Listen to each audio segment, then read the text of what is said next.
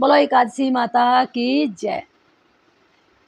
सुनो जी, आज है वरुथिनी एकादशी और मैं एकादशी की कथा आपको सुनाती हूँ। कृपया आप भी हमारे साथ सुनिए। बोलो एकादशी माता की जय। विष्णु भगवान की जय।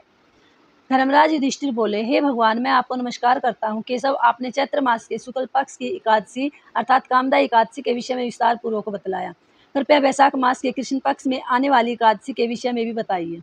भगवान श्री कृष्ण ने कहा, हे राजेश्वर, वैशाख मास के कृष्ण पक्ष की एकादशी को वरुथिनी एकादशी के नाम से जाना जाता है। यह सौभाग्य देने वाली, सब पापों को नष्ट करने वाली तथा अंत में मोक्ष देने वाली है। इसकी महत्तम कथा आपसे कहता हूँ। वरुथिनी एकादशी व्रत कथा।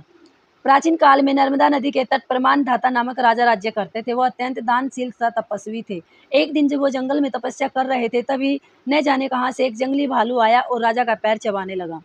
राजा पूर्वत अपनी तपस्या में लीन रहे। कुछ देर बाद पैर चबाते चबाते भालू राजा को घसीट कर पास के जंगल में ले गया। राजा बहुत घबराया, मगर तापस धर्म अनुकूल उसने क्रोध और हिंसा ना करके भगवान विष्णु से प्रार्थना की। करुण भाव से भगवान विष्णु को पुकारा। उसकी पुकार सुनकर भगवान श्री हरि विष्णु प्रकट हुए। उन्होंने चक्र से भालू को मार डाला। राजा का पैर भालू पहले ही खा चुका था। इससे राजा बहुत ही शोकाकुल हुए। उन्हें दुखी देखकर भगवान विष्णु बोले, हे वत्स, शोक मत करो। तुम मथुरा जाओ और वरुथिनी एकादशी का व्रत रखकर मेरी वराह अवतार मूर्ति की पूजा करो। उसके प्रभाव से पुनः सुदृढ़ अंगों वाले हो जाओगे। इस भालू ने तुम्हें जो काटा है वह तुम्हारे पूर्व जन्म का अपराध था। भगवान की आज्ञा मानकर राजा मानधाता ने मथुरा जाकर श्रद्धापूर्वक वरुथिनी एकादशी का व्रत किया। इसके प्रभाव से राजा शीघ्र ही पुनः सुंदर और संपूर्ण अंगों वाला हो गया। इसी एकादशी के प्रभाव से राजा मानधाता स्वर्ग को चले गए।